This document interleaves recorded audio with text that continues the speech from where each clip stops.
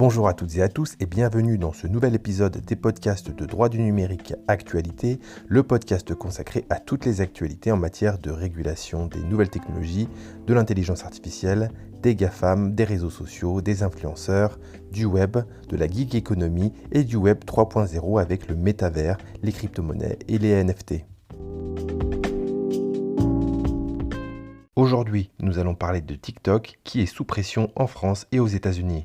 En effet, des deux côtés de l'Atlantique, le premier réseau social au monde ne cesse d'inquiéter les autorités. TikTok est accusé aux États-Unis d'être une menace pour la sécurité nationale.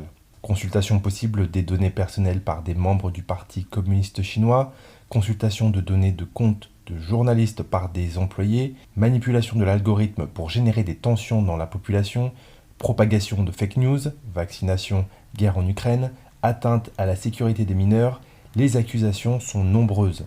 Illustration de la réaction des autorités, le Sénat ouvre une commission d'enquête en France et aux États-Unis, TikTok prend des mesures pour rassurer, dont celle d'ouvrir son code pour examen.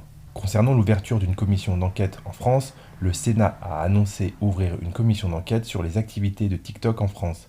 La commission sera composée de 19 membres qui seront sélectionnés le 1er mars et qui auront 6 mois pour remettre leurs conclusions. L'objectif sera d'étudier l'utilisation du réseau social, son exploitation des données et sa stratégie d'influence.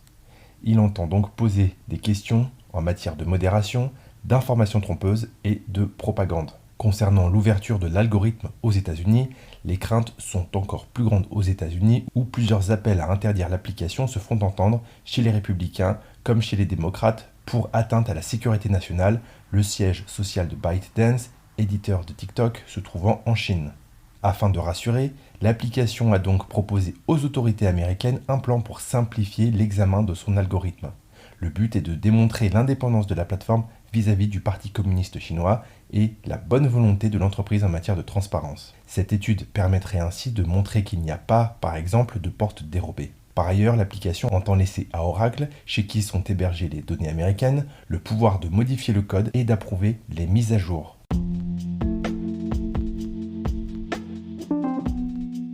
Voilà, c'est tout pour aujourd'hui. N'oubliez pas de vous abonner au podcast pour être au courant des prochains épisodes et vous pouvez également nous retrouver sur LinkedIn et sur Instagram.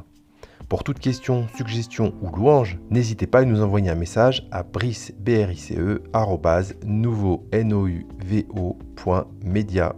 Je vous dis à très bientôt pour un prochain podcast de droit du numérique Actualité.